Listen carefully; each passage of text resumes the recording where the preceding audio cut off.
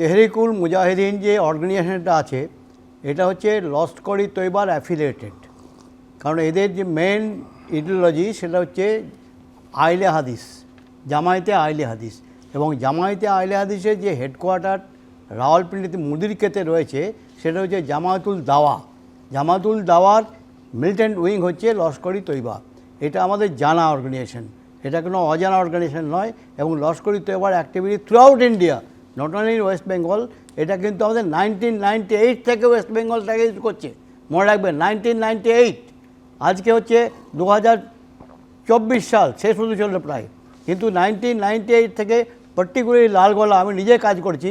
আমি 8টা মডিউল এই লালগোলা দিয়ে 8 মডিউল আমি অ্যারেস্ট করেছিলাম।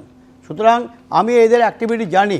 এখন যে কথাটা হচ্ছে যে after Hasina's departure from Bangladesh, ISI, এদের পিছনে তো আইএসআই, লস্কর-ই তৈবার যে গাইডিং ফোর্স হচ্ছে আইএসআই।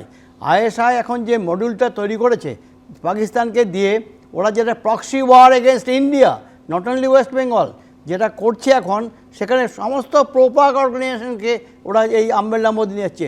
তার মধ্যে আনসারুল বাংলা টিমও আছে, কারণ আনসারুল বাংলা টিমের ওয়ান মেম্বার হচ্ছে আপনার হেফাজতুল ইসলাম, আরেকটা হচ্ছে আপনার জেএমবি, আরেকটা হচ্ছে আপনার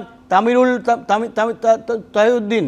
সঙ্গে 2012 সাল থেকে এটা বাংলাদেশে অত্যন্ত অ্যাক্টিভ, এবং এখনও দেখছেন হিজ উদ তাহির যে বড় যে অর্গানাইজেশন, এটাকেও কিন্তু নিয়ে এসছে আমবেল্লার মধ্যে। সুতরাং এই যে অ্যান্টি ইন্ডিয়া যে অ্যাট্যাকগুলো হবে, লঞ্চিং প্যাড হবে বাংলাদেশ।